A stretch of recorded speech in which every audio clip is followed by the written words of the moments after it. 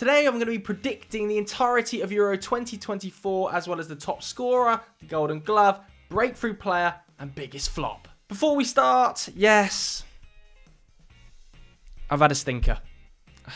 Such a stinker. I'll tell you what, get your guesses in the comments below as to how I've done this. I'll reveal it at the end of the video though, because you know, retention. Let's start with Group A then, where Germany are obviously strong favourites, but I think they have some questions to answer. And those questions start with Julian Nagelsmann. I am a huge Julian Nagelsmann fan. I think he's the best coach at this tournament by some distance. But there are sects of the footballing community which question his work at Bayern Munich. They say, how is he dealing with the big personalities and the big stars? And we're going to see over the next month or so, aren't we? Because there are certainly big stars in this team. I like how he's got them set up. I love the use of Wirtz and Musiala as floating 10s, inverting from the half spaces. I really like Kai Havertz as a false 9. I think he could be a contender for my top scorer when I reveal that later. You add to that the fact that Antonio Rudiger is in the form of his life. Toni Kroos has made a shocking return to the international scene after a stunningly good season. And you've got the ingredients for something very special. So I am going to put Germany top of the group. I don't see anybody else coming close. And that's not to write off Hungary, who definitely have some very, very fine players. Dominik Szoboszlai is the hope of the nation, really. But we should talk about Milos Kerkez, who's had a great season at Bournemouth and offers real dynamism on that left-hand side. There's every opportunity they finish second. Because Scotland, despite the fact they are one of the most experienced sides in this entire competition, they've got nearly 760 international caps in the group. 760! I still think they lack quality up front. I could see Scotland finishing bottom. There's a heavy reliance on Scott McTominay to score goals. We can talk about the fact they haven't won any of their last 7 games, but they've played some decent nations in those 7 matches, the likes of France. So I don't want to look into that in too much detail. I worry for the midfield balance. The left-hand side nature of Andy Robertson and Kieran Tierney makes them quite lopsided. I think they finish bottom. And then it's a shootout between the Swiss and the Hungarians. The Swiss always come through these big tournaments somehow, don't they? They have experience in the likes of Granit Xhaka, who's had an amazing season. Jan Sommer, who's had an amazing season. Akanji, who's had a fantastic season. Fabian Schär's had a great season. So they've got big players. And I'm actually going to change my mind. I reckon that jumps them just above Hungary, the experience pays. Group B is one of the best groups to watch at the tournament. No doubt about that. Can't wait to watch this Spanish side. The Italians have a real transitional team at the moment. Croatia, packed full of experience. Then Albania, I mean, less said about them, the better. Should we start with the Italians, who have an outstanding coach in Spalletti, and that really does drag teams through moments. But this isn't the Italy of Euro 2020. It doesn't have, Bonucci and Chiellini, and they don't really have the number 9 right now that jumps out at me. Scamacca, towards the back end of the season, was really influential for Atalanta. You think of him against Liverpool, what he was able to do in Serie A. He should be, in my opinion, the starting number 9. Is he going to be? I'm not so sure. I can see Retegui being favoured. He scored 4 goals in his last 6 games under Spalletti. It feels like he's going to be the number 9. Him and an horribly out of form Chiesa really need to step up. But having said that, Spain don't exactly have a lights out number 9. Morata's going to captain the nation, and he scored his highest ever total of league goals this season. But I wouldn't describe him as clinical, and I wouldn't describe him as one of the best number 9s at the tournament. However, the team around him is a lot more settled than the Italians. The Italians have just lost Scalvini, they've lost Acerbi. That would worry me. Whereas Spain, the midfield system seems to be working quite nicely, whether it's Dani Olmo who's partnering Pedri and Rodri in the midfield, we're not too sure. The backline looks quite solid with Carvajal and Laporte in there. Then you've got the excitement of Lamine Yamal, Nico Williams. I think Spain top the group. My only question is around the coach. Because in Luis de la Fuente, I'm going to get shouted at for saying this, but do we have the Spanish Gareth Southgate on our hands? No real pedigree at club level. He had the Alaves stint, didn't he? Then lots of pedigree in the Spanish youth sides, the same as Southgate had with the English youth sides. 1 trophies at Spanish youth level, now being asked to step up. Does he have the coaching pedigree to get this excellent group of Spanish players over the line in big games, because I think he'll get them out of the group, and I think they'll smash some of the smaller nations. They'll play them off the park. They're going to play how they naturally do, with the abundance of possession. Nobody's going to be able to have a higher possession percentage than them, as we saw throughout the whole of qualifying. But does he have the experience to get them over the line against the France, against the Germany, against a coach like Nagelsmann? I don't know. I'm going to go Spain first, Italy second, Croatia third, Albania fourth. Let's go to Group C, where we find England. And I'm worried. The bookies have clearly got us as the favourites to win the tournament, and I just don't agree. I think England's squad is maybe the third best there, behind France and Portugal. I think the defensive unit coming into it is a little bit of a mess, if we're all honest. Harry Maguire not travelling, Luke Shaw not fit, John Stones barely played any football, Kyle Walker been slightly out of form. I'm concerned, because at the end of the day, it's defences that win you these tournaments. You look back over the last few years and throughout history, the teams that have conceded the fewest goals tend to be the ones that win these tournaments. The forward line is going to have to bail England out. There's no doubt about that, but it just feels unbalanced. Doesn't feel unbalanced enough to go out of the group, so I'm still going to have England top. But when we face a big nation, does a backline of Kieran Trippier, Mark Gahey, John Stones and Kyle Walker get England over the line? I think Slovenia could shock a few people.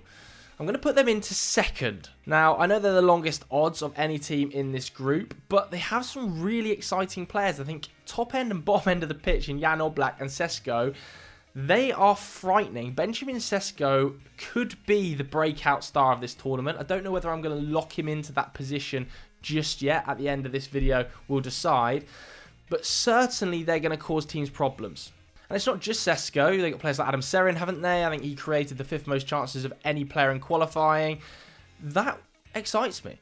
As for Denmark, the mood, I don't know whether it's as positive as it's been in the past for Danish sides. I think I'm going to keep them in third, to be honest with you. Some question marks over the decision-making of who's gone. I'm very surprised Matt O'Reilly's not on the plane. Any Denmark fans at home that are watching this, please let me know why Matt O'Reilly has not gone. Looking at the qualifying record as well, the loss against Kazakhstan, the loss against Northern Ireland. To be honest with you, the most harrowing one was a 2-1 win against San Marino. How did they only win 2-1? And that leads me back to the World Cup in Qatar, when they scored just 1 goal. Bottom of the group. Has there been enough wholesale change in this playing group and the coaching group to see a marked difference between then and now? And the answer for me is no. But still better than Serbia, who, like Denmark, had a terrible World Cup. They finished bottom of their group. I look at Dragan Stojkovic, not particularly popular in his home country, the composition of the squad. By my reckoning, there's just one natural fullback in the 26. There's going to be a lot of players playing out of position, and I just don't think physicality, height, set pieces is enough to get you through this group. Group D is a really fun group. This is probably more so than Italy and Spain, the group of death, in my opinion, because Austria are in there. And Austria are going to be my dark horse side. I think they're going to cause some real problems to France and Holland. Now, not enough problems that they don't finish top France, so I am going to have them in the number 1 spot, the deepest squad at the competition, quality front to back, but there are still a few question marks. I don't agree with Didier Deschamps' claims about William Saliba and this idea of not starting him. It's ridiculous. It really is. But even with or without Saliba, qualifying was a breeze, wasn't it? 3 goals conceded, 29 scored. The front line's a joke. The midfield is absolutely stacked. The fullbacks look exceptional. Mike Magnon in goal. Finally taking the reins from Hugo Lloris. France going to be good. At the opposite end, I'm going to leave Poland in 4th. I don't think they're particularly fantastic. Robert Lewandowski's record at international tournaments leaves a lot to be desired. He scored 82 goals for Poland. I think just 6 of them have come at major international tournaments. Front to back, they look a bit dodgy. So Holland or Austria for this number 2 slot. Now, the Dutch have the deepest pool of centre-backs at the competition. The ability to be fine without Sven Botman, who's injured, without Jurien Timber, who's just coming back from injury. The ability to not start Mickey van der Ven in his natural centre-back position is astonishing. There are problems in the midfield now that Frenkie de Jong isn't going to be fit. There are problems in the forward line. Is Gakpo and Depay enough to get them over the line? Question marks. There are also major question marks over Ronald Koeman. Is he the right man to be in charge of this group? Are they going to set up in a back four? Are they going to set up in a back five? How do they get the best out of Frimpong? So that leaves me to say, I think Austria might finish second. Ralf Rangnick has done a fantastic job since taking over the Austrian national team. I like the fact he moved out to Austria to take up home there. Like some of his selections in this squad. It's a real shame that David Alaba hasn't made it and neither has Schlager. But despite them being out, their record against big teams, you think of the results against Croatia, 3-0, Italy, 2-0, Germany, 2-0, Turkey, was it 6-0 or 6-1? They play a Ralf Rangnick brand of football. It's extremely high pressing. He's got the personnel to do it in players like Marcel Sabitzer and Connie Lima, Baumgartner. They're going to run you into the ground. So it's really tactical level and a group versus individuals at the back. Austria versus the Dutch. And I'm going to throw it out there. I think Austria beat Holland and finish second in this group. Let's go to Group E, where Belgium, I'm going to leave in that top spot. I believe Tedesco will get them over the line at the top of this group. But can he get them over the line and do what Wilmots and Martinez couldn't? And that's win a major tournament. They've had golden generation after golden generation, and it's not worked. They got progressively worse in recent tournaments. Qatar was an absolute fiasco. And the back four at this tournament leaves a lot to be desired. The front line, again, exceptional. Cool. They've got lightning wingers. Bakayoko and Doku are going to be some of the most exciting players to watch at the tournament. Kevin De Bruyne is Kevin De Bruyne. But the back line, it's a bit stinky. Belgium, for me, feel a little bit like England light. Very heavy in the forward areas, but not quite as good as England. And big problems at the back. In second, I'm actually going to go Slovakia. Cruised through qualifying. I like the midfield setup. It's very, very calm. It's very settled. Stanislav Lobotka is exceptional. They got some good defenders in Hanko and Skriniar. Dubravka might not be totally elite, but he's fine between the sticks. I'm going to go them in second. The young Ukrainians in third. You look at that squad. You look at the first 11 that might start their opening game. I believe there is only going to be one player in that starting 11 that is over the age of 28. Down in Group F, we've got Portugal, who I really like. I really, really like. Second best squad at the tournament for me behind France. Deep throughout, the fullbacks look seriously scary. The biggest question mark is whether Bobby Martinez is the right guy. He wasn't the right guy for Belgium and their golden generation to get them over the line. This isn't exactly Portugal's golden generation, but it's stacked full of quality. How does he fit into the forward line? You know, Gonzalo Ramos, Cristiano, Bruno Fernandes, Bernardo Silva, Joao Felix, Rafa Leao. The list is endless. Who starts? Those are the question marks. I'm also interested to see who starts alongside Ruben Dias. Is it going to be Antonio Silva? Is it going to be Inacio? Not too sure. Joao Palhinha is definitely going to cover them. And Diogo Costa is excellent between the sticks. They've got a great team, Portugal. I think they could go really, really deep. Turkey, I'm going in second. Very disappointing recently, but seem to have turned it around with this sort of Italian revolution. Vincenzo Montella at the helm. Çalhanoğlu has had the season of his life. The best midfielder in Serie A for me over the last 12 months has been Çalhanoğlu. He's going to cause problems. But again, how do you fit Gula in? How do you fit Yildiz in? How do you fit Çalhanoğlu in without jeopardising the back line? You think back to the Austria game. Anybody watch the highlights of that? They got pressed into non-existence because it's really hard to get that many technical players onto the pitch without losing physicality. I'm going to leave that group as it is. Portugal, Turkey, Czech Republic, and then Georgia. As for the best third-placed sides, I think the Dutch will be the best. Croatia second. Yeah, Hungary third, Denmark fourth, and then unfortunately Ukraine and Czech Republic miss out. Here we go then, the knockout rounds. Spain, that wide talent, too much for Hungary. I really think Spain could cause some teams catastrophic problems. They're going to keep hold of the ball. The midfield is so dynamic. Rodri, Pedri, maybe Dani Olmo. Super exciting to watch. Germany are going to beat Slovenia. No problems there. As I said earlier, I am considering Kai Havertz. I'm also considering Alvaro Morata for the Golden Boot. And one thing I will say about Germany is with Nagelsmann at the helm, they're going to have plan Bs. Definitely. Really like the fact that Kimmich can invert as well.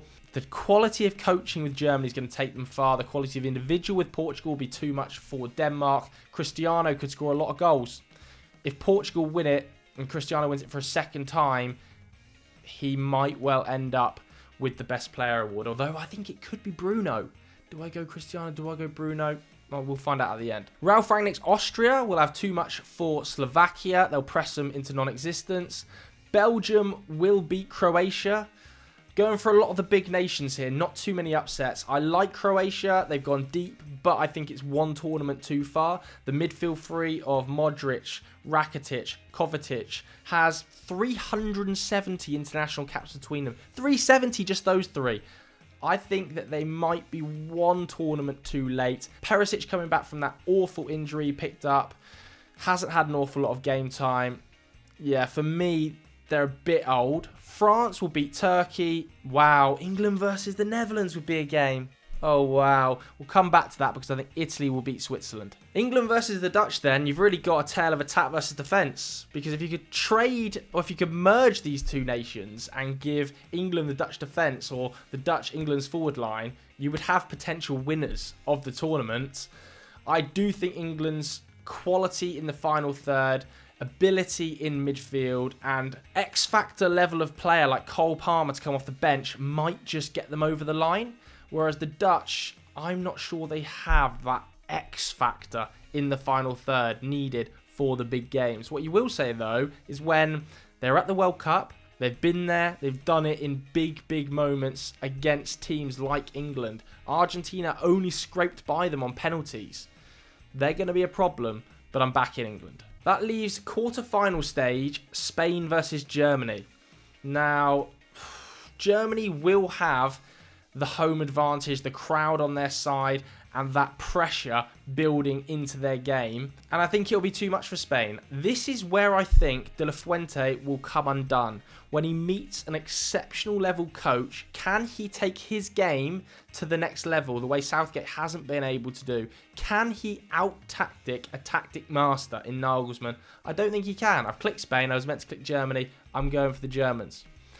Portugal against Austria. Now, Austria are going to be dangerous in their transition and press, but Portugal have too much quality. They're going to be expecting the Austrian press, and I think they have the quality in players to play through it. Be it Palhinha off the ball or João Neves on the ball, the midfield selection is going to be crucial in this game. João Neves could be a breakout player at this tournament.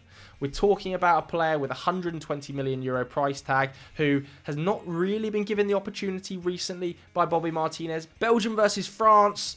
I just think France will have too much for Belgium there. I really do. I like Belgium, but at the back, they will be exposed badly by Ousmane Dembele and Kylian Mbappe. Interesting to see whether France go with Marcus Thuram or whether they go with more experienced Olivier Giroud. I expect Griezmann to have another great tournament, but Mbappe, he's got his move to Madrid, is going to brutalise Belgium. Again, I believe England will have too much quality in the forward line for that Italian defence. Scalvini and his Cherby's injuries have to be highlighted. The Italian defence that won them that tournament of Chiellini, of Bonucci, with Verratti sat in front, isn't there. It's going to be interesting to see whether Italy go with Frattesi alongside Barella. If they don't and it's Jorginho, does that have the legs and the power to cope with England's midfield of Rice, of Bellingham, Foden? No. England get through that one against Italy, and it's a big moment for Gareth Southgate if he does. Oh, that would mean England play France at the semi-finals. No.